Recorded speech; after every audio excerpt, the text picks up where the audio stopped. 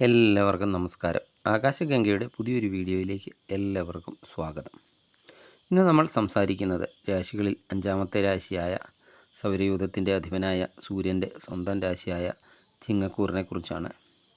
മകം, പൂരം, ഉത്രത്തിൻ്റെ ആദ്യത്തെ കാൽഭാഗം വരുന്ന നക്ഷത്രങ്ങളാണ് ചിങ്ങക്കൂറിൽ വരുന്നത്. ഈ ഓഗസ്റ്റ് മാസം ചിങ്ങക്കൂറുകാരെ സംബന്ധിച്ചിടത്തോളം വളരെ നിർണായകമായ ഒരു മാസമാണ്. കാരണം ഈ മാസത്തിൽ നിങ്ങളുടെ രാശിയാധിപനായ സൂര്യൻ സ്വന്തം രാശിയായ ചിങ്ങത്തിലേക്ക് സംക്രമിക്കുന്നുണ്ട്. കൂടാതെ ബുധൻ, ചൊവ്വ, ശുക്രൻ, ശനി, രാഹുകേതുക്കൾ എന്നിവരുടെ സ്ഥാനങ്ങൾ നിങ്ങൾക്ക് ഏതൊക്കെ രീതിയിലുള്ള മാറ്റങ്ങളാണ് ഓഗസ്റ്റ് മാസം കൊണ്ടുവരുന്നത് എന്ന് വളരെ വിശദമായി ഈ വീഡിയോയിലൂടെ നമ്മൾ ചർച്ച ചെയ്യുന്നുണ്ട്. വീഡിയോ പൂർണ്ണമായും കാണുക. ചാനൽ ആദ്യമായി കാണുന്നവരാണെങ്കിൽ തീർച്ചയായും സബ്സ്ക്രൈബ് ചെയ്യാൻ മറക്കരുത്. ഈ ഓഗസ്റ്റ് മാസത്തിലെ പ്രധാന ഗ്രഹസ്ഥിതി ആദ്യം ഒന്ന് പരിശോധിക്കാം. സൂര്യൻ ഓഗസ്റ്റ് 16 വരെ നിങ്ങളുടെ 12-ാം ഭാവമായ കർക്കിടകത്തിലാണ് സ്ഥിതി ചെയ്യുന്നത്. ഓഗസ്റ്റ് 16-ന് ശേഷം നിങ്ങളുടെ സ്വന്തം രാശിയായ ചിങ്ങൻ രാശിയിലേക്ക് സംക്രമിക്കുന്നുണ്ട്. ബുധൻ മാസത്തിൻ്റെ ആരംഭത്തിൽ 11-ാം ഭാവമായ മിഥുനത്തിലും ഓഗസ്റ്റ് 5-ന് കർക്കിടകത്തിലേക്കും 12-ാം ഭാവമായ കർക്കിടകത്തിലേക്കും ഓഗസ്റ്റ് 22-ഓടെ ചിങ്ങൻ രാശിയിലേക്കും നിങ്ങളുടെ രാശിയിലേക്കും രാശി മാറുന്നുണ്ട്. ചൊവ്വ നിങ്ങളുടെ ലാഭസ്ഥാനമായ 11-ാം ഭാവമായ മിഥുനം രാശിയിൽ തുടരുന്നു.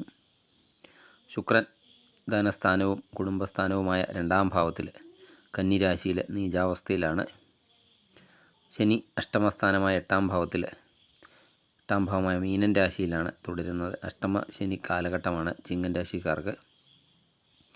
രാഹു 7-ാം ഭാവമായ കുംഭത്തിൽ സ്ഥിതി ചെയ്യുന്നു. ചിങ്ങത്തിൽ തന്നെയാണ് കേതു നിലകൊള്ളുന്നത്.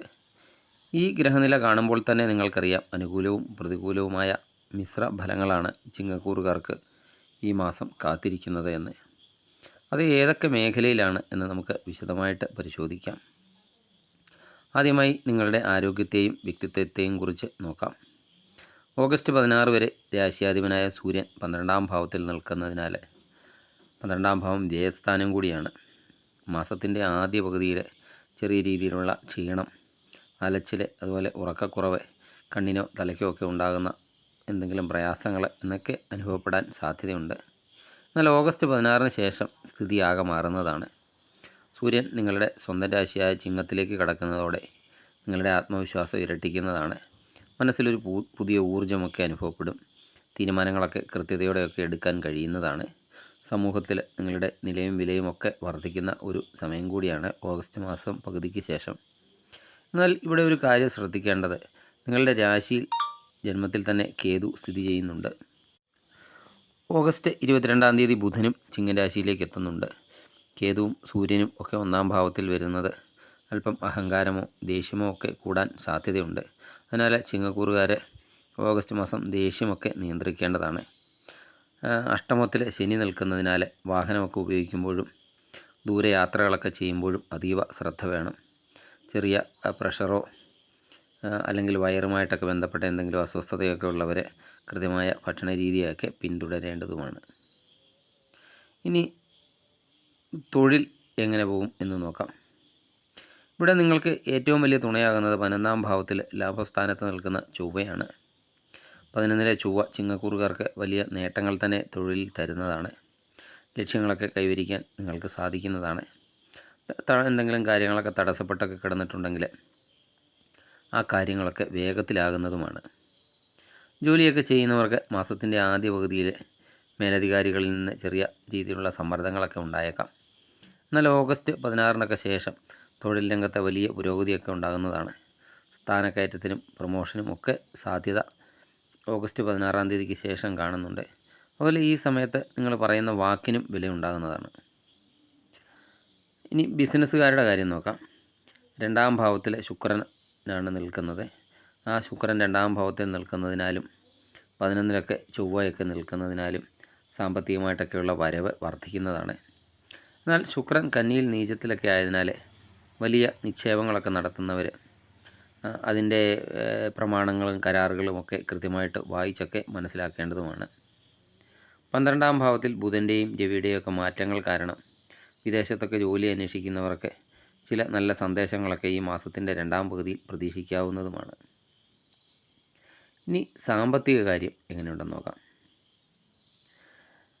11 ചൊവ്വ സാമ്പത്തികമായ ഉണർവൊക്കെ തരുമെങ്കിലും രണ്ടാം ഭാവത്തിൽ ശുക്രൻ നീചാവസ്ഥയിലൊക്കെ നിൽക്കുന്നതിനാൽ വരവിനേക്കാൾ ചിലവൊക്കെ വർദ്ധിക്കാൻ സാധ്യതയുണ്ട്. ആഡംബര വസ്തുക്കൾക്കോ അനാവശ്യ കാര്യങ്ങൾക്കോ ഒക്കെ പണം ചിലവാകുന്ന ഒരു പ്രവണത നിയന്ത്രിക്കേണ്ടതാണ്. കടം കൊടുക്കുന്നതും കടം വാങ്ങുന്നതും ഈ ഓഗസ്റ്റ് മാസം പരമാവധി ഒഴിവാക്കേണ്ടതാണ്. ഇനി കുടുംബജീവിതം എങ്ങനെയുണ്ടെന്ന് നോക്കാം. 7ാം ഭാവത്തിൽ രാഹുവാണ് നിൽക്കുന്നത്.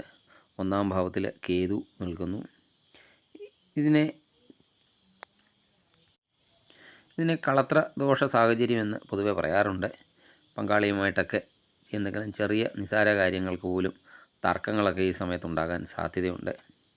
അതുപോലെ സംശയങ്ങളും ആശയവിനിമയത്തിലെ കുറവുകളുമൊക്കെ ഒഴിവാക്കേണ്ടതാണ്. കാര്യങ്ങളൊക്കെ തുറന്ന് പരസ്പരം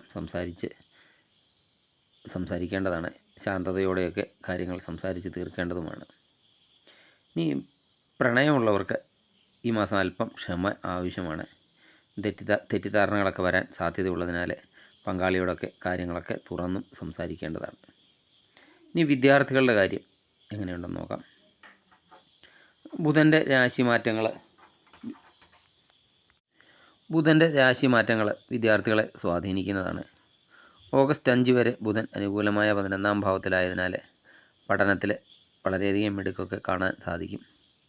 എന്നാൽ ഓഗസ്റ്റ് 5 മുതൽ 22 വരെ ബുധൻ 12ാം ഭാവത്തിലേക്ക് രാശി മാറുന്നതിനാൽ പഠനകാര്യത്തിൽ ശ്രദ്ധക്കുറവ് അല്ലെങ്കിൽ പരീക്ഷകളിലൊക്കെ ചെറിയ മറവി എന്നിവയൊക്കെ ഉണ്ടാകാൻ സാധ്യതയുണ്ട്. ഈ സമയത്ത് പഠനത്തിലൊക്കെ കൂടുതൽ ശ്രദ്ധ കേന്ദ്രീകരിക്കേണ്ടതുമാണ്.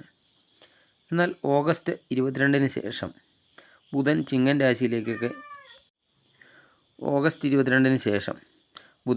രാശിയിലേക്ക് കടക്കുന്നതോടെ നിങ്ങളുടെ ബുദ്ധിശക്തിയും ഏകാഗ്രതയൊക്കെ തിരികെ ലഭിക്കുന്നതാണ്. മത്സര പരീക്ഷകൾക്കൊക്കെ തയ്യാറെടുക്കുന്നവർക്ക് ഓഗസ്റ്റ് അവസാന വാരം വളരെ മികച്ച ഫലങ്ങളൊക്കെ ലഭിക്കുന്നതാണ്. ദിവസവും ഗണപതി ഭജനമൊക്കെ നടത്തുന്നത് വിദ്യാർത്ഥികൾക്ക് ഏകാഗ്രതയൊക്കെ വർദ്ധിപ്പിക്കാൻ സഹായിക്കുന്നതുമാണ്. ഇനി ദോഷഫലങ്ങൾ കുറയ്ക്കാനും നല്ല ഫലങ്ങളൊക്കെ വർദ്ധിക്കാനും ചിങ്ങക്കൂറുകാരെ ഈ ഓഗസ്റ്റ് മാസത്തിൽ ചെയ്യേണ്ട പരിഹാരങ്ങൾ എന്തൊക്കെയാണെന്ന് നോക്കാം.